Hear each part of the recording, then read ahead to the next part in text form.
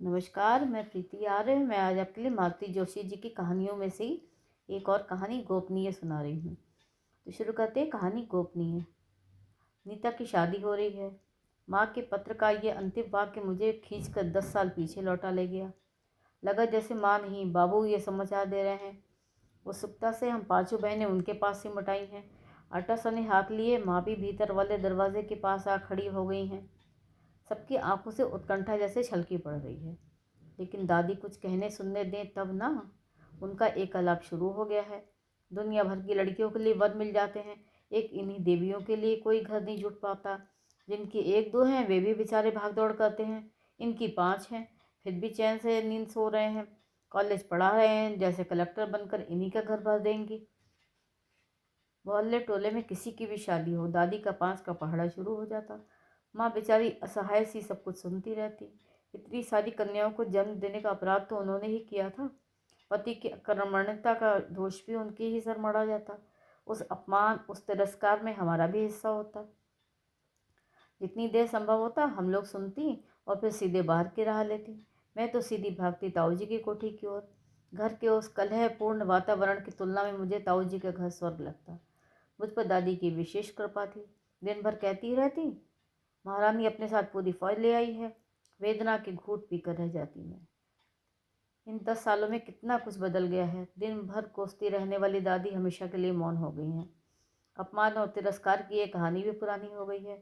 अभाव और घुटन का वो साम्राज्य भी अब नहीं रहा। वैभव के शिखर पर बैठी हुई मैं सबका स्नेह आदर मान बटोर रही हूँ। फिर भी मन हुआ दौड़कर ताऊ जी के घर चली जाऊँ। दीदी के गले में बाहें डालकर मुंह फुलाकर कहूँ, चुपके चुपके सगाई करे आई दीदी, हमें भी बता देती तो क्या हम आपके उनको चुरा लेते। एक अजीब से आवेग से बेचैन हो उठी मैं। माँ के पत्र को वहीं फेंक कर माँ जी के सामने जा खड़ी हुई। माँ जी, मैं कुछ दिनों के लिए घर हो आऊं? वे पूजा घर में चटाई पर बैठी रामायण पढ़ रही थी। चश्मा उतार कर कुछ देर मुझे देखती नहीं, फिर स्नेहल स्वर में बोली, क्यों बेटे, माँ बाबूजी सब लोग ठीक तो है ना? वे तो सब ठीक ठाक है माँ जी, बस मुझे ही माँ जी की याद आ रही है। ज़रूर हो आओ बेटे, मैं आज ही नकुल से रिजर्वेशन के लिए कह दूंगी। कमरे में लौटते हुए माँ जी के प्रति कृतज्ञता से मेरा मन भर उठा। छोटा देवर नकुल अगले हफ्ते ही अमेरिका जाने को था। मझली देवरानी को पूरे दिन चल रहे थे। बड़ी ननद अपनी लड़की के साथ घर भर की तलाश में आई हुई थी। मेरे अपने सौरभ सौमित्र की परीक्षाएं सिर पर थी, पर माँ जी ने किसी बात का उल्लेख तक नहीं किया। सच, जन जन्मांतर के लिए वही पति पाने के लिए तो हिंदू शास्त्र में 20 व्रत हैं। सास के लिए ऐसा कोई व्रत न हुआ, नहीं तो मैं उसे ज़रूर करती। कुछ समय बाद मुझे स्वयं ही अपना ये प्रस्ताव बड़ा हास्यास्पद लगा, पर रात के खाने के समय माँ जी ने बाकायदा अनाउंसमेंट ही कर दिया। अब पीछे लौटने का कोई चारा ही नहीं था। रात इन्होंने पूछा, ये एकाएक घर जाने का प्लान कैसे बन गया? आप कहे तो ना चाहूँ, मैं बोली। अरे ना बाबा, मम्मी जी की पेशी में खड़े होने की ताप किसमें है, इन्होंने हंसते हुए कहा। मेरा मन जैसे जिद कर उठा। उसकी चिंता छोड़िए, उन्हें मैं संभाल लूँगी, पर आप अगर नहीं चाहते तो मैं नहीं जाऊँगी। अरे नहीं भाई, मैं तो मजाक कर रहा था, ज़रूर हो आओ एक बार तुम। मेरे ख्याल से निरुपमा की शादी के बाद गई भी नहीं हो तुम। 4 साल तो हो ही गए हैं।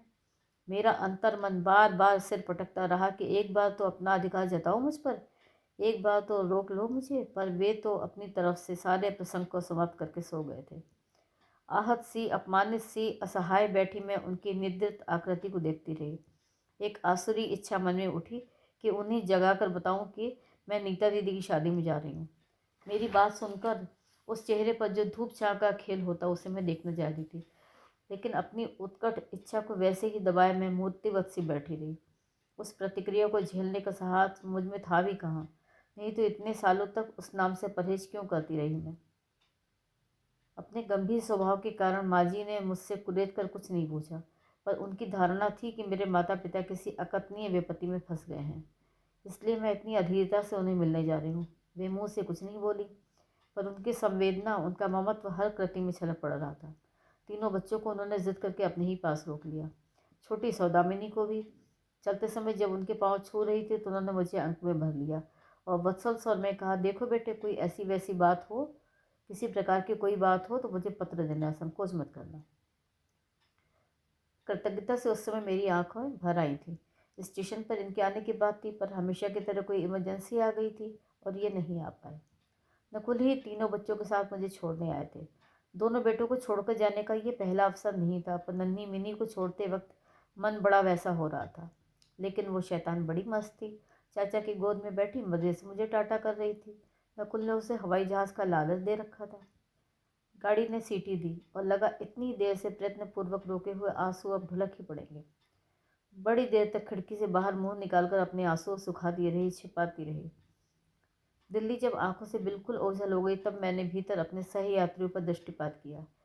सामने वाली सीट पर दो माँ बेटी बैठी हुई थी। बिटिया के हाथ में बुनाई थी। मार्च के महीने में बुनाई करते हुए हाथ कितने अजीब लगते हैं। अभी अभी नकुल के लिए और कुमुद देवरानी के होने वाले बच्चे के लिए दर्जनों स्वेटर बुन चुकी थी। अगले 6 महीनों तक सलाइयाँ ना उठाने का प्रण भी कर लिया था। फिर भी पैटर्न देखने का मुँह संवरण न कर सकी। अदबुने पल्ले को हाथ में लेकर बड़ी देर तक उलट पलट कर देखती रही। पैटर्न दिमाग में उतारती रही। लौटाते हुए औपचारिकतावश पूछ लिया, किसका बुन रही है? उत्तर में उस लड़की के गाल सुर्ख हो उठे। माँ एक निश्चल सी हंसी हंस दी। बस फिर कुछ पूछना शेष न रहा। ये इतने सारे गुलाब कहाँ से उगाते हैं? नीता दीदी को सगाई के बाद पहली बार देखा था, तब यही प्रश्न मन में बार बार उठा था। मुझसे 4 साल बड़ी थी। परस्पर प्रगाढ़ स्नेह के बावजूद हम दोनों में एक अव्यक्त दूरी थी, जो हमें छोटा और बड़ा बनाए रखती थी। लेकिन सगाई के बाद जैसे सब कुछ उल्टा हो गया था। दीदी अचानक कई साल नीचे उतर आई थी। उस दिन उनके गले में बाहें डालकर मुंह फुलाते हुए मैंने कहा था, चुपके चुपके सगाई कराई दीदी, हमें बताया भी नहीं। बता देती तो क्या हम आपके उनको चुरा लेते? दीदी एकदम हंसती थी, एक सलज्ज हंसी। उनका चेहरा रक्तवर्णी आभा से दमक उठा था।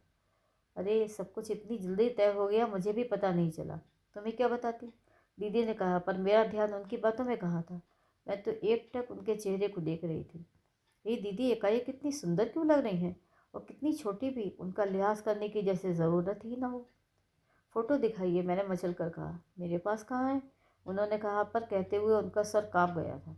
बनिए मत, मैंने रौब डालते हुए कहा, नहीं तो हम आपके सामान की तलाशी ले लेंगे। शैतान, उन्होंने मेरे कान मरोड़ते हुए कहा और अपने सूटकेस में से एक लिफाफा ले आई। ले देख। मैंने फ़ोटो निकाल कर देखा तो देखती ही रह गई। खूब सुंदर है ना, मैंने अभिभूत होकर कहा। फ़ोटो कुछ भी नहीं है, दीदी ने बताया। अच्छा, करते क्या है? डॉक्टर है, एमएस है। आश्चर्य से एक सीटी सी मुँह से निकल गई। दीदी ने फिर एक धौल पीठ पर जमाते हुए कहा, शैतान। अच्छा, अब कान पकड़ लिए, बिल्कुल शरीफ बच्चों की तरह बैठ जाती हूँ मैं। सिरे से सब सुनाइए। क्या? उन्होंने बोले अंदाज में कहा। मतलब यही कि अपनी दिल्ली विजय की कहानी सुनाइए। उन्होंने एक बार फिर मारने को हाथ उठाया और हंस पड़ी। बहुत बदतमीज़ होती जा रही है। मैं कुछ नहीं बोली। बोला समूह बनाकर चुपचाप बैठी रही। मेरी उत्सुक आंखों को वे ज़्यादा देर तक अनदेखा न कर सकी। फिर कुछ पल झिझकी और स्वयं ही सब कुछ बता गई। ताऊ जी तो सिर्फ उन्हें दिखाने भर के लिए दिल्ली ले गए थे। बहुत बड़ा परिवार था, सभी लोग देखना चाहते थे। घर की सबसे बड़ी बहू जो पसंद करनी थी। दीदी को देखते ही सब ऐसे लट्टू हुए कि बस शगुन करके ही लौटना पड़ा। इतने लोग हैं घर में अनु कि मैं तो घबरा ही गई। 3 तो नंदे हैं, सब की सब मुझे घेर कर बैठ जाती। इतने ही देवर हैं, मुझे तो सबके नाम भी याद नहीं हो पाए। डर लगता है रे, कैसे निभा पाऊंगी। यहाँ तो एकदम अकेले रहने की आदत पड़ी हुई। दीदी के स्वर में सचमुच चिंता थी। लोग बाग कैसे हैं? बहुत अच्छे हैं। माँ जी तो इतनी अच्छी। मेरा मतलब था वो कैसे हैं, हमारे जीजा जी? फ़ोटो दिखाई तो थी अभी। फ़ोटो की बात और है, और ये बताइए फ़ोटो के बाहर कैसे हैं? अनु, तुम बहुत नालायक होती जा रही हो। बड़ी बहन हूँ, कुछ तो लिहाज करो। भविष्य में अवश्य ध्यान रखेंगे। फिलहाल ये बताइए कि सचमुच आपसे कोई बात नहीं हुई? मैं डांट खाने के लिए एकदम तैयार बैठी थी। दीदी को छेड़ने में मुझे बड़ा मज़ा आ रहा था। मैं हैरान थी कि मेरे इस प्रश्न पर वे ज़रा भी नाराज़ नहीं हुई। उनका चेहरा एकाएक सौम्य हो आया। पलंग की चादर को उंगलियों में लपेटते हुए वे धीरे से बोली, बस एक बार हुई थी। सच? हम लोगों को उसी दिन आना था। सुबह मेरी आँख जल्दी खुल गई थी।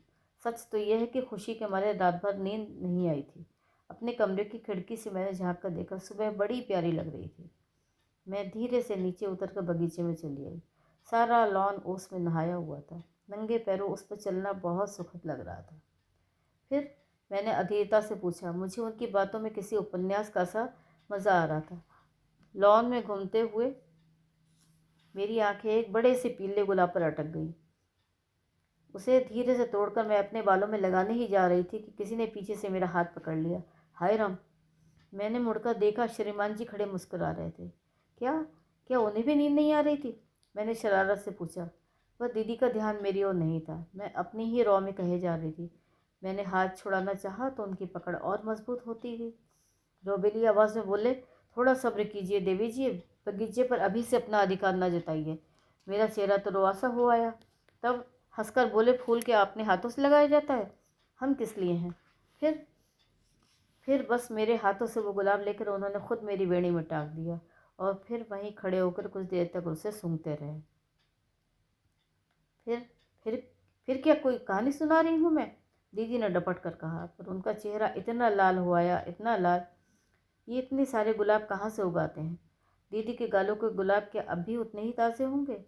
इन 10 वर्षों में दुनिया कहीं से कहीं पहुँच गई है, पर दीदी, मैं स्वयं 3 बच्चों की माँ बन गई हूँ, पर दीदी अभी वही उसी पहली सीढ़ी पर खड़ी हैं। माँ ने लिखा तो है नीता की शादी हो रही है।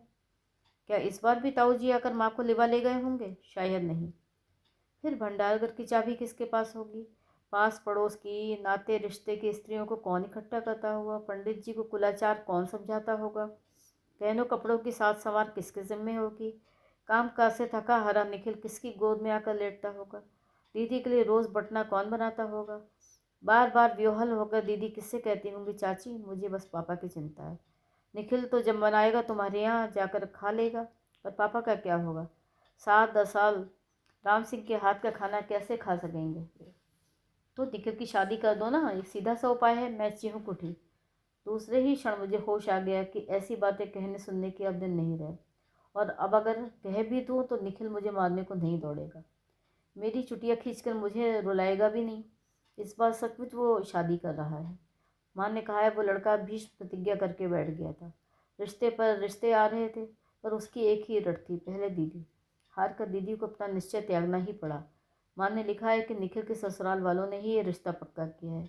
लड़का वकील है, काफ़ी संपन्न घर है, और पहली के 2 लड़के भी हैं। और इसी शादी की बधाई देने के लिए मैं दौड़ी जा रही थी। मन हुआ अगले स्टेशन पर ही उतर पड़ूँ और वापस लौट जाऊँ। सास बेचारी इतनी अच्छी है कि उन्होंने ना तब कुछ पूछा था ना अब पूछेंगी। मैंने जब सफ़र में किसी साथी के लिए अनिच्छा जताई तो उन्होंने बच्चों तक को अपने पास रोक लिया। अब अगर अचानक लौट जाऊंगी तो वे घर भर को ताकीद कर देंगे कि मुझसे कुछ न पूछे।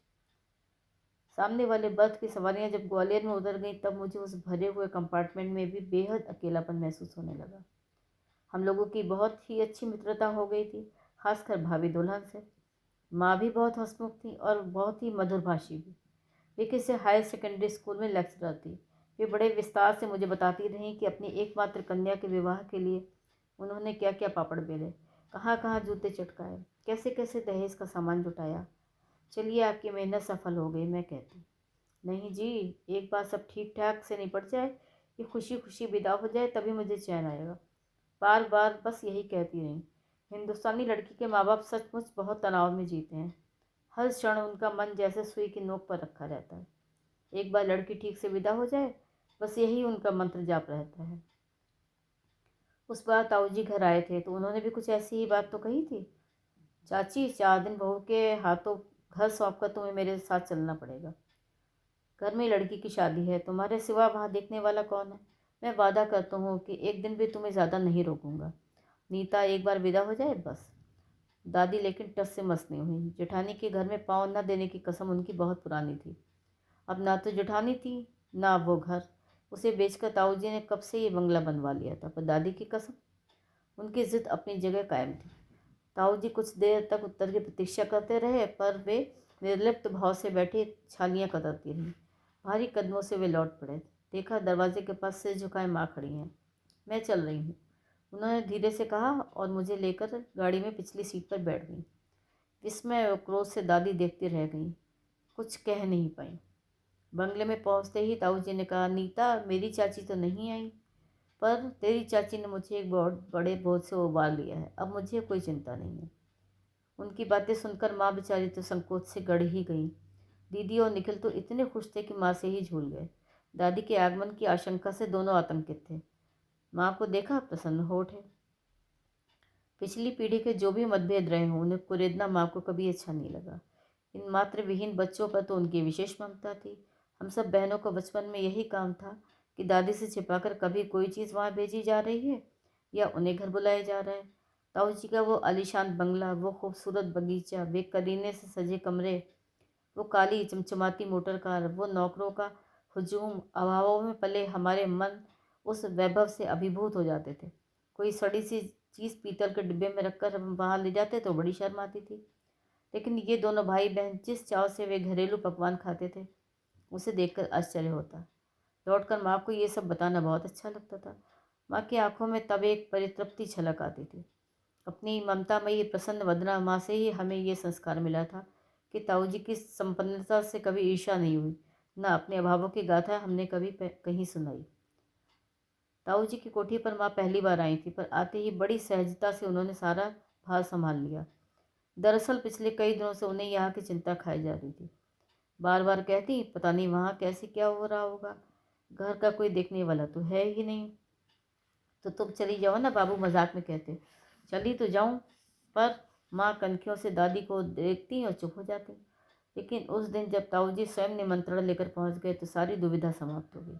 वे निशंक भाव से कोठी में चली आईं और इस अंदाज में सारा कामकाज संभाल लिया जैसे 10-20 लड़कियां ब्याहने का अनुभव हो।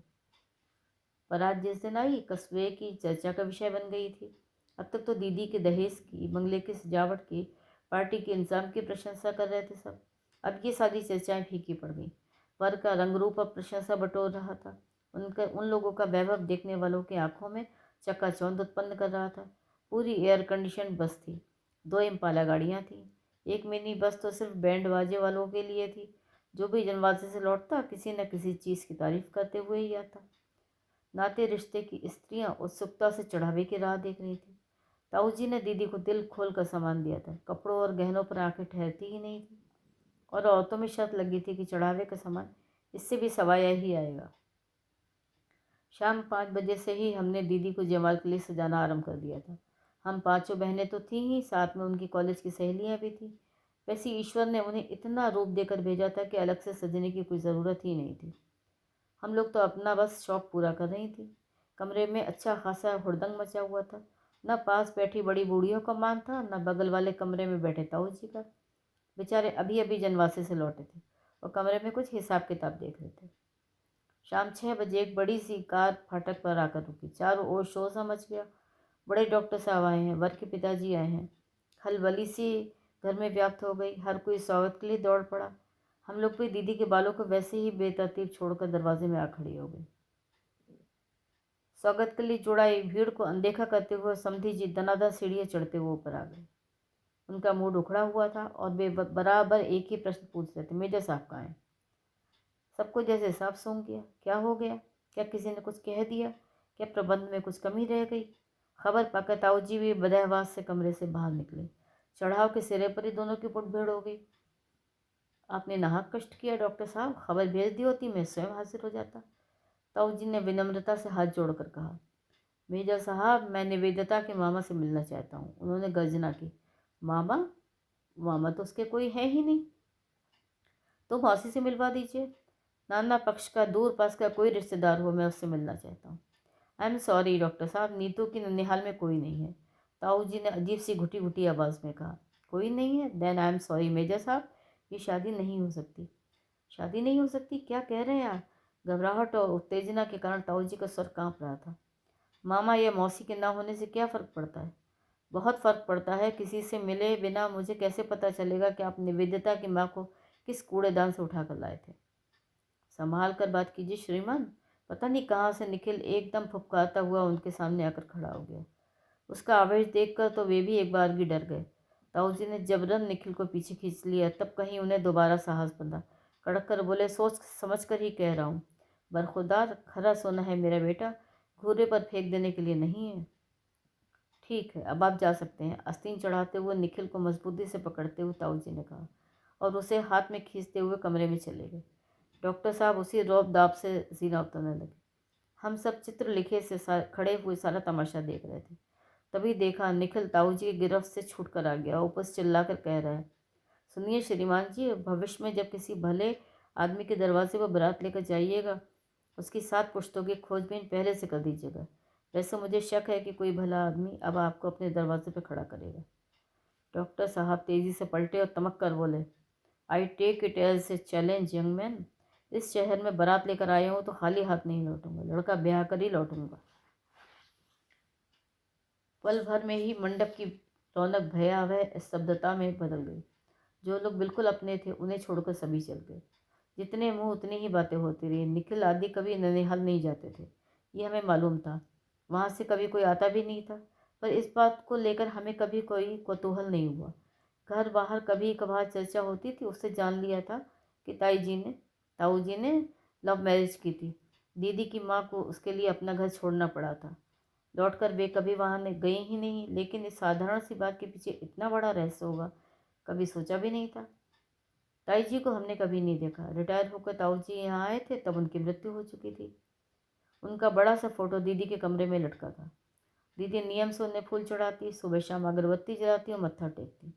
हर साल श्रावण शुद्ध त्रयोदशी को उनका श्राद्ध संपन्न होता। इससे आगे कभी सोचा ही नहीं। पता नहीं कौन उनका पूर्व चरित्र ढूंढ लाया था। यदि वर पक्ष का ही इतना ही शुभ चिंतक था तो पहले ही खबर कर देता। ये रंग में भंग डालने की क्या जरूरत थी? यह ताऊ जी का अपमान ही मुख्य उद्देश्य था। सारी रात इन्हीं विचारों के उधेड़ बुन में हम दीदी को घेरे बैठे रहे। माँ की गोद में सिर रखे हुए निष्पन्न पड़ी रही। 7 चोटियों वाला उनका जोड़ा अधूरा रह गया था और उनकी घनी केश राशि उनके मुख पर फैली हुई थी। हाथों की बारीक मेहंदी आंखों में छुप रही थी। कल सारी रात जागकर मैं और निम्मी इसे मारते रहे थे। पता था आज की रात भी जगना होगा, पर इस तरह। वो भयानक काल रात्रि राम राम करके बीती, पर सुबह भी उतनी ही उदास थी। सुबह केतली में चाय लेकर निखिल आया और बोला, चाची तुम अपने हाथों से दीदी को कुछ खिला पिला दो, हमारी तोबे। माँ ने उसे धीरे से चुप रहने का इशारा किया। वो बौखलाया सा कुछ देर तक देखता रहा, फिर माँ के कंधों पर सिर रखकर सिसक पड़ा। पिछले कुछ दिनों से उसके आंसू थमते नहीं थे। घर पर तो वो दीदी और ताऊ जी के सामने जब्त कर जाता था, पर हमारे यहाँ माँ के सामने पड़ते ही उसका बांध टूट जाता था। अपनी माँ की मृत्यु के समय दीदी काफ़ी बड़ी थी। उनका अपना दुख पीकर उन्होंने ही नन्हे निखिल को छाती से लगाया था। इसीलिए दीदी के वियोग की कल्पना उसे असह्य लगती थी। यहाँ आने के बाद से दीदी की पंक्ति में माँ भी आकर बैठ गई थी।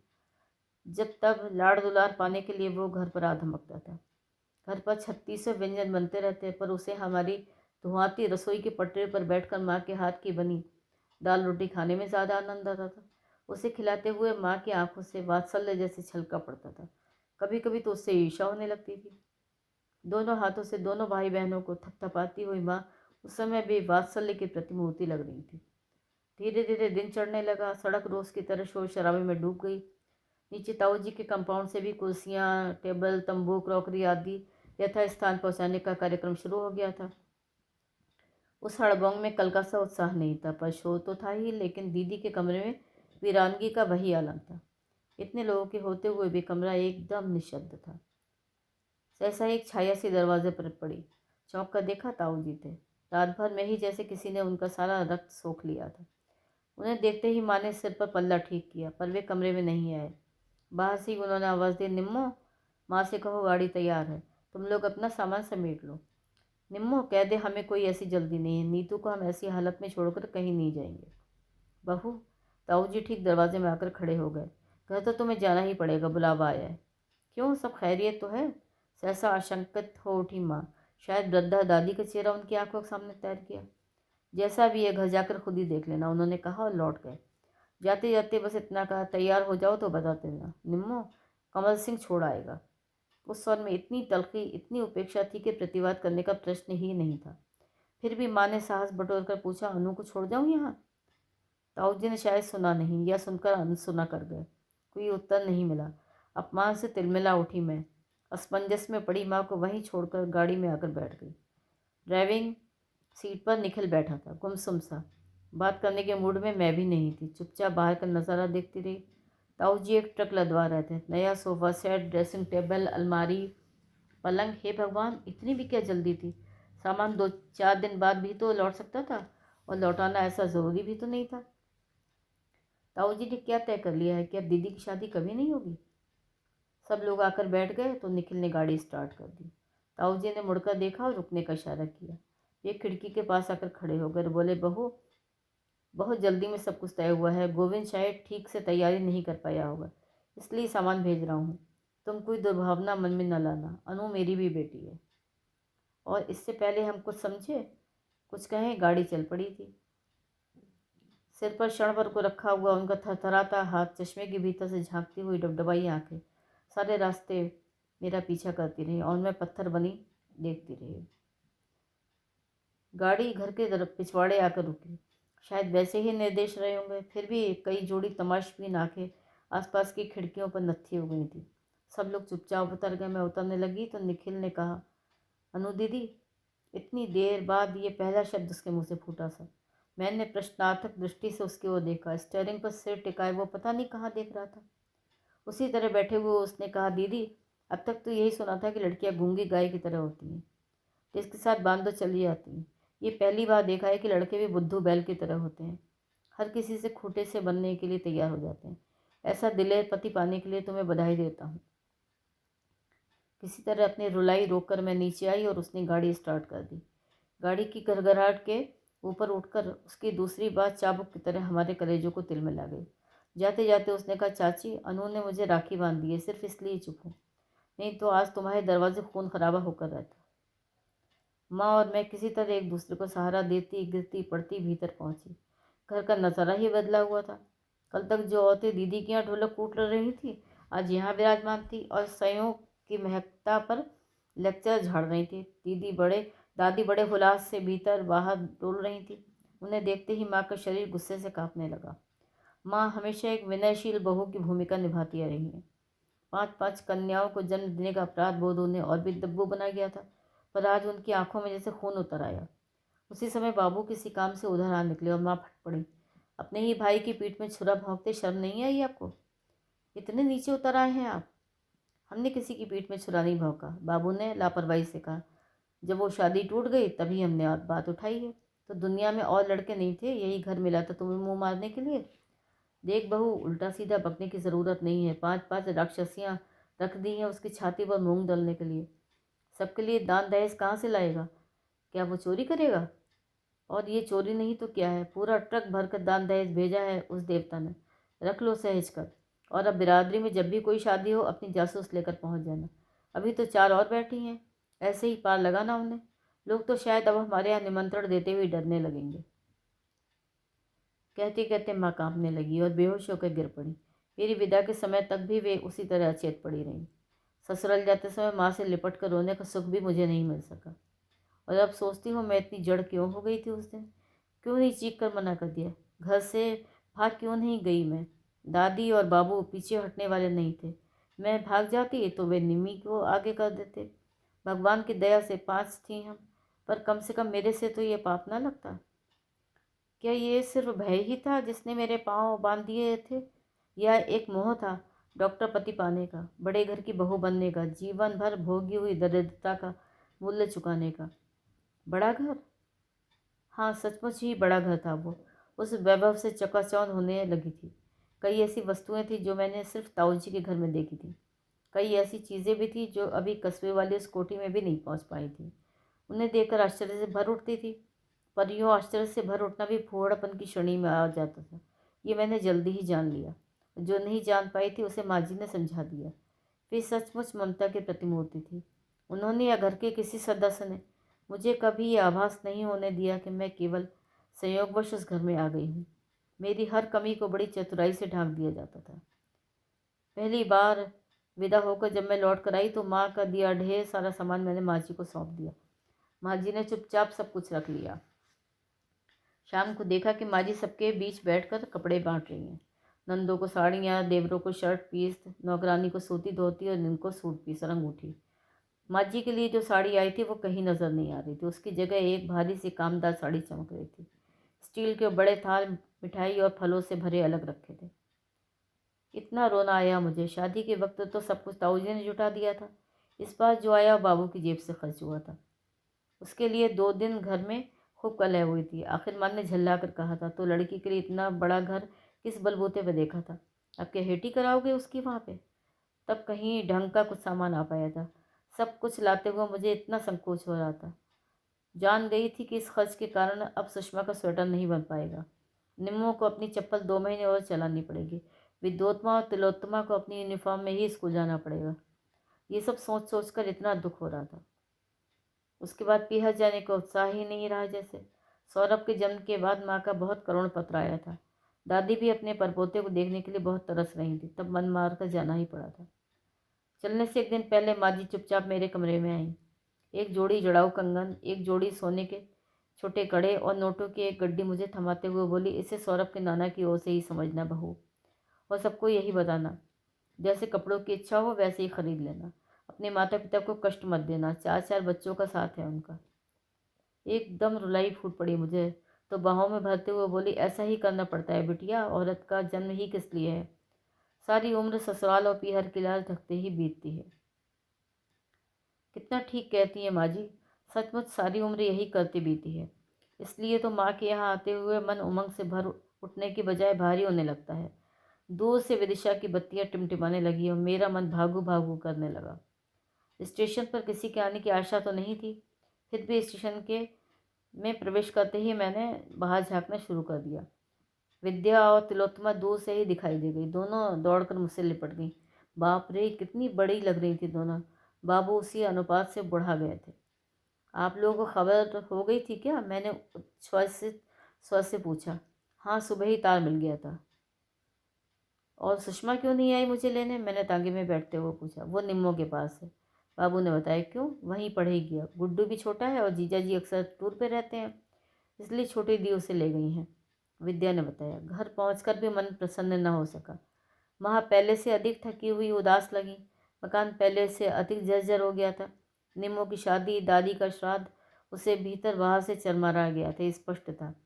दादी का कमरा और उससे लगा ये दोनों हम लोगों का कमरा किराए पर उठा दिया गया था।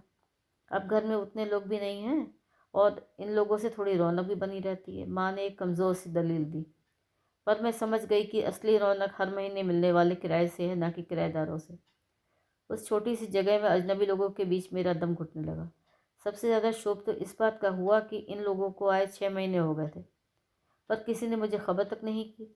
पिछले 3 महीनों से सुषमा निरुपमा के पास है, पर उसका भी उल्लेख किसी पत्र में नहीं था। अपने ही लोगों से मैं कैसी कट गई हूँ।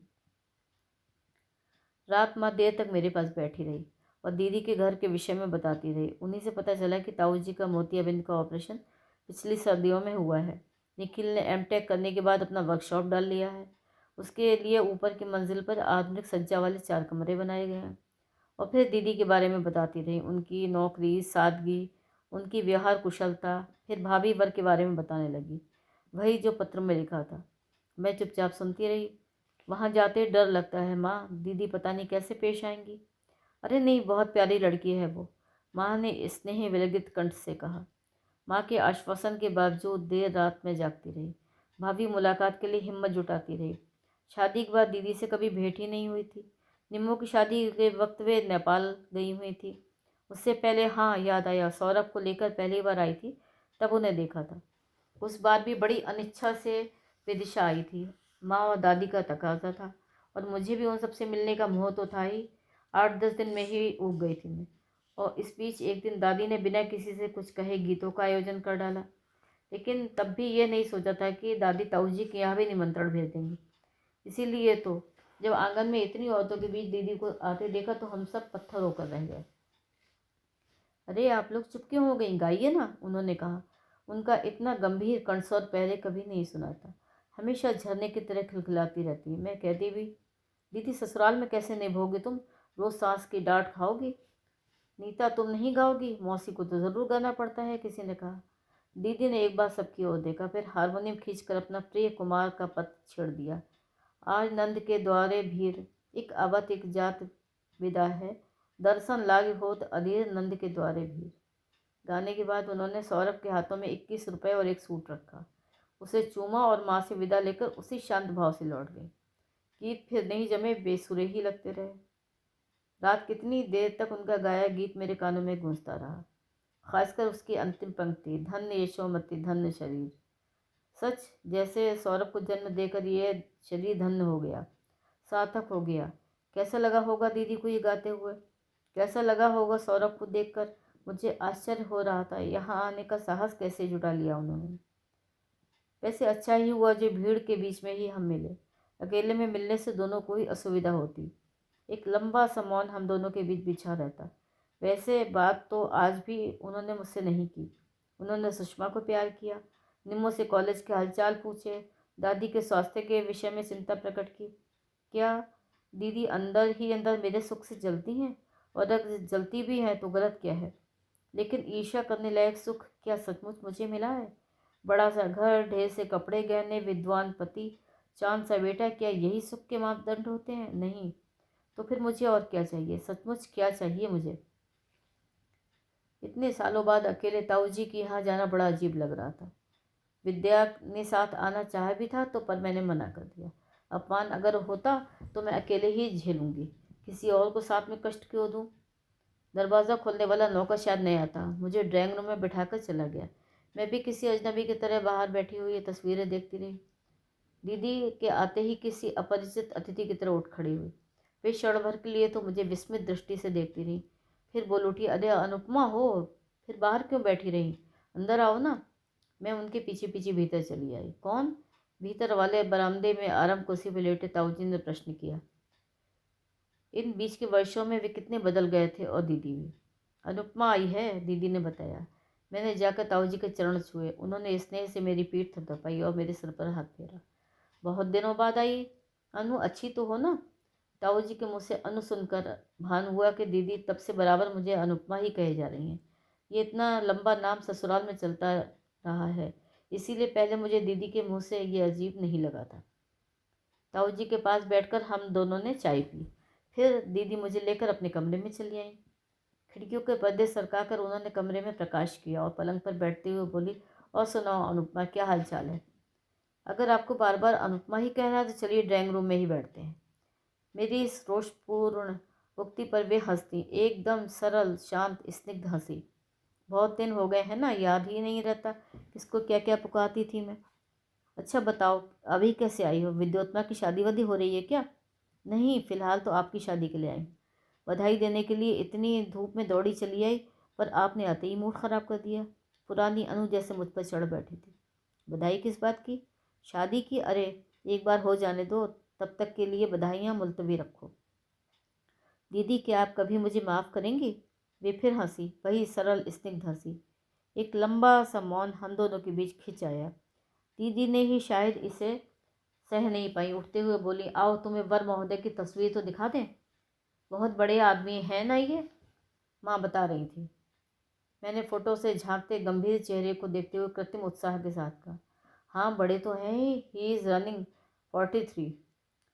प्लीज़ दीदी। वे फिर हंसी, हाँ उस लिहाज से भी बड़े हैं, अपने इलाके के सबसे प्रसिद्ध प्रैक्टिशनर हैं। प्रैक्टिस तो ज़ोरदार है ही, इसके अलावा मकान है, दुकान है, बाग है, बगीचे, और चाची ने बताया होगा 2-2 लड़के भी हैं, हाई स्कूल में पढ़ने वाले। वर्णन सुनकर एक झुरझुरी सी हो आई। दीदी की तीक्ष्ण आंखों ने मेरी प्रतिक्रिया भाप ली। तुम्हें शायद अच्छा नहीं लगा, लेकिन इस आश्चर्य की क्या बात है? समय रहते शादी हो जाती तो मेरे भी बच्चे होते कि नहीं। निखिल की बहू के रिश्ते में है ना? मैंने बात बदलने के लिए कहा। हाँ उसके मामा हैं। ये तो बड़ा ऊटपटांग रिश्ता हो जाएगा। सीधा सरल तो इस ज़िंदगी में कुछ हुआ ही नहीं, क्या करें। एकदम मेरा मन वहाँ से उखड़ गया। उसके बाद दीदी ने निखिल की बहू के फ़ोटो दिखाए, कपड़े गहने दिखाए, उसकी सगाई का एल्बम दिखाया, पर मेरा मन भागू भागू ही करता रहा। लगा कि जो खाई हम दोनों के बीच आ गई है वो कभी पट नहीं पाएगी। शाम को लौटने लगी तो निखिल ने आवाज़ दी, अनु दीदी रुको, मैं छोड़ने चल रहा हूँ। मुझे लगा कि वो गाड़ी निकालेगा। ताऊ जी की बड़ी सी एम्बेसडर तो कहीं नज़र नहीं आ रही थी। हाँ, दरवाजे पे एक जीप अवश्य खड़ी थी, पर निखिल पैदल ही चल पड़ा। वो इतना बदला बदला सा, इतना अजनबी सा लग रहा था कि चलते हुए संकोच हो रहा था। अनु सड़क पर आते ही उसने कहा, दीदी क्या सचमुच इस शादी से खुश हैं? क्या पता, उनके मन की थाह कौन ले सका है। बड़ी मुश्किल से राज़ी हुई हैं, मैं तो सत्याग्रह करके बैठ गया था। फिर पापा ने भी समझाया कि सारी ज़िंदगी मैं तो साथ नहीं दे सकता। कल को निखिल की बहू का मन कैसा हो जाए क्या पता, फिर किसका मुंह देख कर जियोगी। बड़ी मुश्किल से हाँ की है उन्होंने। मैं कुछ नहीं बोली, चुपचाप साथ चलती रही। तुम तो आती रहोगी ना रोज़? उसने बड़ी आशा से पूछा। मैं? हाँ, तुम आओगी तो दीदी को ज़रा सहारा हो जाएगा, बेचारी एकदम अकेली पड़ गई हैं इन दिनों।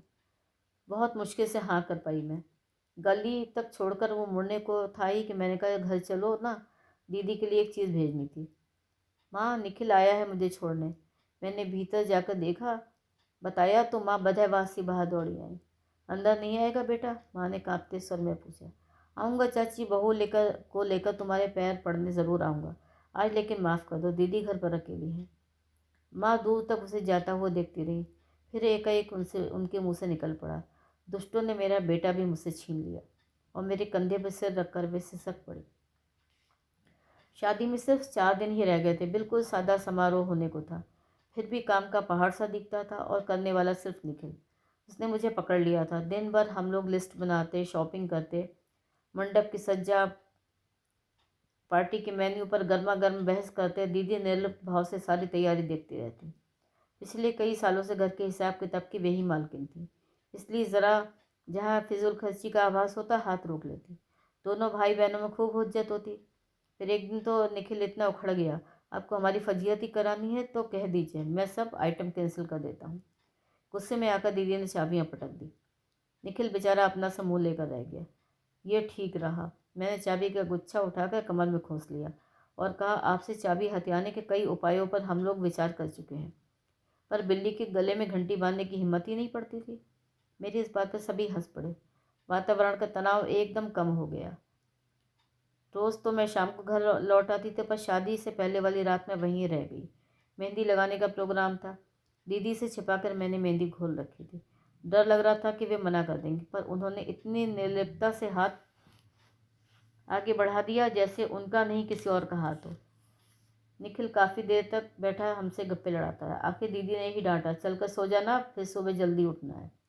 देखा अनु दीदी, इन्हें कितनी चिंता हो रही है। सुबह 6 बजे की ट्रेन से आने वाले हैं ना वे लोग। शैतान, दीदी ने घूंसा तान कर कहा। निखिल बचने का अभिनय से करता हुआ भाग खड़ा हुआ।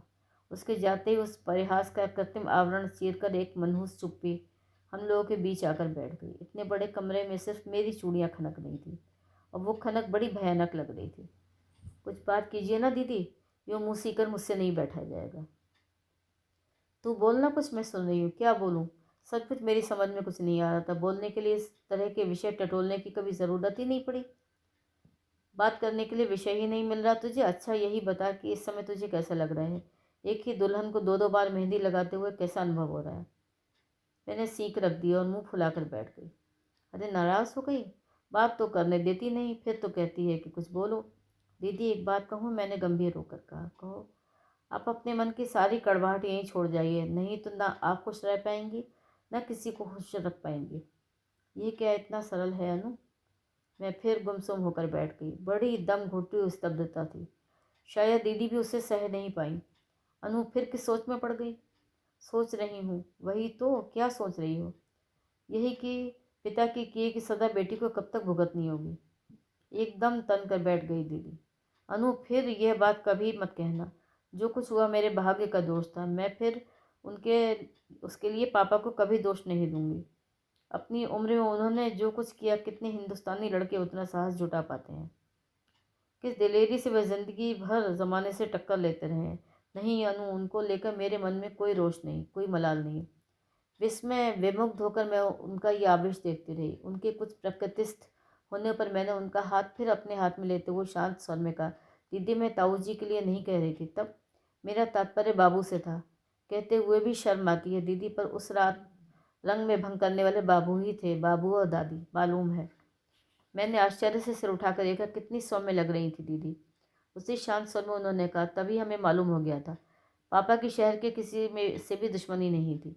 उनका बुरा जानने वाले यहाँ सिर्फ 2 ही व्यक्ति थे। पिछली पीढ़ी का वैर चुकाने का अरमान सिर्फ उन्हीं का हो सकता था। आप ठीक कह रही हैं। सारी जानकारी इकट्ठी करने के लिए बाबू ने इतनी दौड़ धूप की थी, इतनी लगन से तो उन्होंने ज़िंदगी में कभी कोई काम किया ही नहीं। खर्च की सारी व्यवस्था दादी पता नहीं कहाँ से करती रहीं, और माँ बेचारी यही सोचती रही कि मेरे लिए बस जुटाया जा रहा है। बस जुटाया नहीं, क्या तुम्हारे लिए? दीदी ने कहा, और हम दोनों हंस दिए, फीकी सी हंसी। हाँ, बाबू ने बहुत तिकड़म से मेरे लिए सुख का सौदा किया था, परंतु परंतु क्या तू खुश नहीं है अनु? मैंने एक बार उनकी ओर देखा, और दृष्टि झुकाते हुआ, खुश कैसे हुआ जाता है दीदी? बंगले से, मोटर से, कपड़ों से, या गहनों से? क्या उनके जीवन में कोई तीसरा है? दूसरे तीसरे के लिए उनके पास समय ही कहाँ है। वे तो मशीन की तरह रुपए बनाने में लगे हुए हैं। रोज़ पासबुक में आंकड़े बढ़ते जाते हैं, और मैं सोचती हूँ इतने पैसों का आखिर होगा क्या? दुनिया तो पैसे के पीछे भाग रही है, और पगली तू है कि गरीब घर की लड़की होना दीदी, इतना वैभव मुझे सालने लगा है। कभी मेरा मन शांति से उस वैभव का उपयोग नहीं कर पाता। कभी माँ से भी नहीं कहा है दीदी, सिर्फ तुम्ही से कह रही हूँ। पति की प्रसिद्धि के साथ साथ उनके हृदयहीनता की कहानियाँ भी मुझ तक पहुँचती रहती हैं, और तब पता नहीं मन कैसा हो जाता है। खाना खाती हूँ तो लगता है पता नहीं कितने लोगों ने इनकी फीस जुटाने के लिए 2 जून का खाना नहीं खाया होगा। तब हर कौर गले में फंसना लगता है। शादी हुई थी ना दीदी, तब बहुत नाज था कि मुझे एक मशहूर डॉक्टर की बहू, एक कुशल सर्जन की पत्नी बनी हूँ मैं। पर अब तो जैसे इस नाम से ही उबकाई आने लगती है। दीदी शांत भाव से सब कुछ सुन रही थी। मेरे चुप होते ही बोली, चुपचाप सहती क्यों हो ये सब? पत्नी होकर भी प्रतिकार नहीं कर सकती? यही तो मुश्किल है दीदी, साहस ही नहीं होता। तुम होती तो शायद कुछ कर सकती। अनु, मुश्किल तो यह है कि तुम कभी इस बात को भूल नहीं पाती कि उस घर में तुम्हारा प्रवेश एक संयोग मात्र है, इसलिए अपने अधिकारों के प्रति तुम इतनी उदासीन हो। अनु, अधिकार कोई तुम्हारी झोली में आकर नहीं डाल जाएगा, उसे खुद हथियाना पड़ता है। दीदी शायद ठीक कह रही थी। सुबह सुबह शहनाई की मंगल ध्वनि मुझे जगा गई है। हड़बड़ाकर उठी मैं। बाहर निकलते ही ताऊ जी मिलने। जगाई बिटिया, जल्दी से तैयार होकर ज़रा मेहमानों की खबर ले लो। आ गए हैं क्या वे लोग? हाँ, कब से। मेहमानों से मिलकर फिर ज़रा नीचे हॉल में भी झांक लेना। निखिल पता नहीं कैसा क्या कर रहा है। जल्दी जल्दी नहा धोकर मैं मकान के नए वाले स्वीट के ऊपर की ओर भागी। बारात इस बार यहीं ठहराई गई थी। नीचे हॉल में सारे संस्कार होने थे। छोटी सी बारात थी, 5-7 पुरुष और उतनी ही लड़कियां। व्यवस्था तो सबकी ही थी, मुझे सिर्फ सुपरविज़न करना था।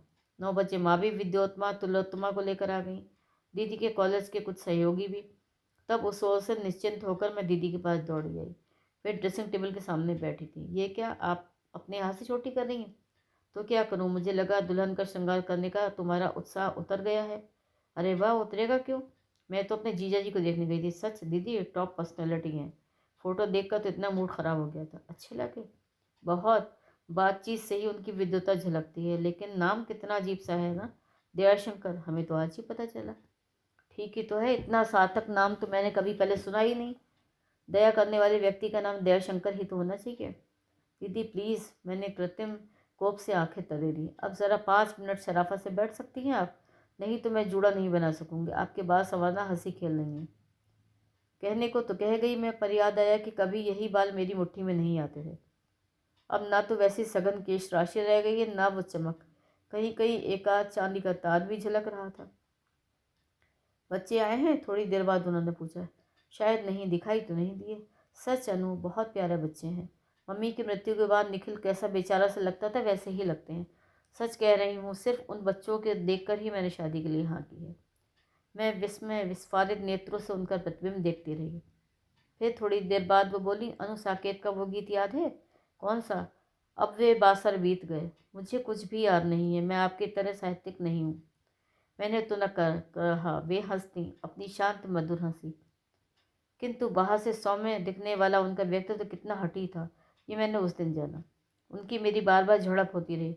मेरे लाख कहने पर भी उन्होंने लाल साड़ी नहीं पहनी, चेहरे पर चित्रकारी नहीं करने दी, हाथों में फूलों के गजरे लगाने से भी इनकार कर दिया। मैं अब छोट सी दुल्हन नहीं हुआ नू, शादी के बाद ही माँ भी बन रही हूँ। मुझे अपनी गरिमा में रहने दो। जूड़े पर वेणी भी लगाएंगी कि नहीं, बता दीजिए। मैं तुनक पड़ी। लगा दो भाई जूड़ा, अब अपना कहाँ रहा, वो तो तुम्हारी कलाकृति बन गया है। वे मेरी ओर पीट करके बैठ गई। अनुपमा जी, आप चुप क्यों हैं? नाराज़ हो गई? जी नहीं, बहुत खुश हूँ मैं। आपकी हर बात मुझे आनंद विभोर कर रही है। यही तो मुसीबत है अनु। कल तुम्ही ने तो कहा था मन की सारी कड़वाहट यहीं छोड़ जाऊँ। जी कहा था, और ज़रूर कहा था। तब ये नहीं पता था कि आपके मन में नीम का एक पूरा पेड़ उगाया है। एक अजीब सी हंसी हंसती हुए। अनु, जिस लड़की की बारात दरवाजे से बिन बहे लौट जाती है, वो उस दंश को जीवन भर नहीं भूल पाती है। गजरे के डोरे में गांठ देते देते मेरे हाथ कांप गए। ओह दीदी, क्यों कही यह बात आपने? क्या जिंदगी भर मैं भी इस दंश को भूल पाऊंगी? अनु, हूँ। तो मेरे बालों में वेणी लगा रही हो तो एक बात और याद आ गई। कौन सी? उस दिन शादी से पहले दिल्ली गई थी, मालूम है। एक बार सुबह सुबह बगीचे में डॉक्टर साहब टकरा गए थे। बताया था आपने, मैंने थूक गटकते हुए कहा। उन्होंने मेरी वेणी में एक पीला गुलाब लगाया था, और ये भी बताया था। मैंने उत्तर नहीं दिया। उस गुलाब को मेरी बेड़ी में टाँगते हुए उन्होंने अपने होंठ धीरे से यहाँ छुआ दिए थे। दीदी ने मेरा हाथ पकड़कर अपनी गर्दन पर रख दिया। इतने साल हो गए अनु, पर ये भाग अब भी इतना जल रहा है, अब तक, अब तक, अब तक। तो ये थी आज की कहानी गोपनीय। अगर मेरी कहानी पसंद आई हो तो मेरे चैनल को आप लोग सब्सक्राइब ज़रूर करिएगा। कहानी सुनने के लिए बहुत बहुत धन्यवाद।